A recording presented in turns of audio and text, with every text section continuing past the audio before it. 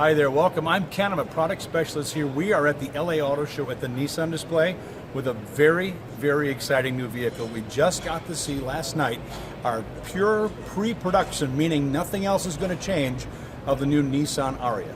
This is going to be our second pure electric vehicle. We're already 12 years deep with the Leaf, so a lot of people have had a Leaf, some have had a couple, and we've got a lot of experience in the pure electric realm.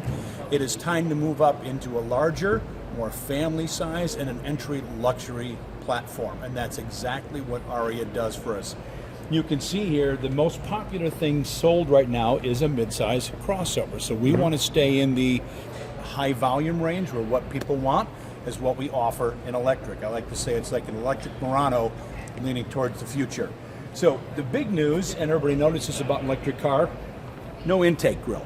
You don't have to have cool air coming in, you don't have a hot lubricated metal on metal system. But what's great about this, it lets us put a ton of usable technology back here. So when it's illuminated, you get some really cool honeycomb effects, but behind there is the radar and the travel sensors, so that when you have the systems all turned on, this vehicle can slow down in traffic for you, automatically space out. If you're coming too close to a solid object, warn you, and then give you 100% emergency braking even if you're distracted. All of that can be mounted here.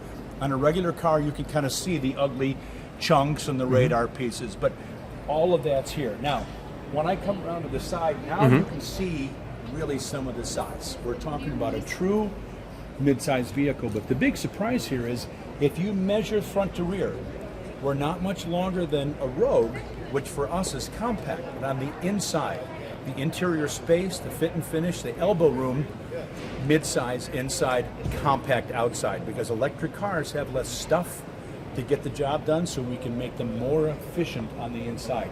Gun enthusiasts, get the new Firearms Guide. Firearms Guide is the world's largest guns and ammo reference guide with gun values and with old gun manuals. You can get online edition of the Firearms Guide or flash drive edition that you can carry on your keychain.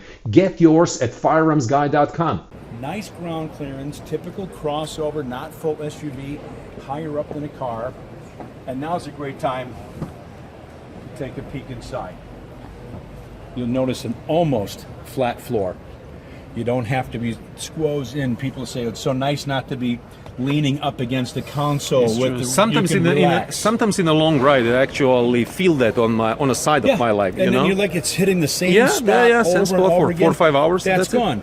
Move your legs around, change your positions, and the screens are all about function and easy visibility.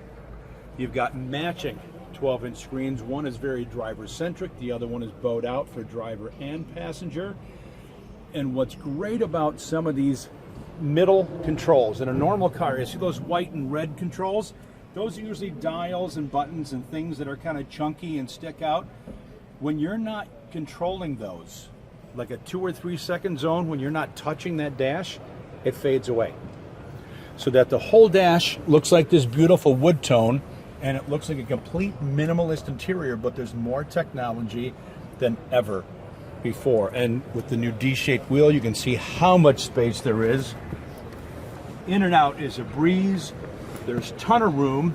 And now one of the other great things here is, besides it being electric, and I haven't mentioned this, up to 300 miles now on a single charge. And we're starting off with 4 different trims. They all have slightly different mileage depending on equipment, whether it's all-wheel drive or not.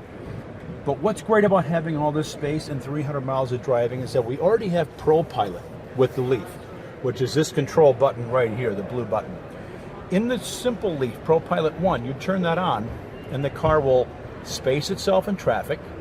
It will come to a complete stop if necessary and re-drive for you and make the highway turns.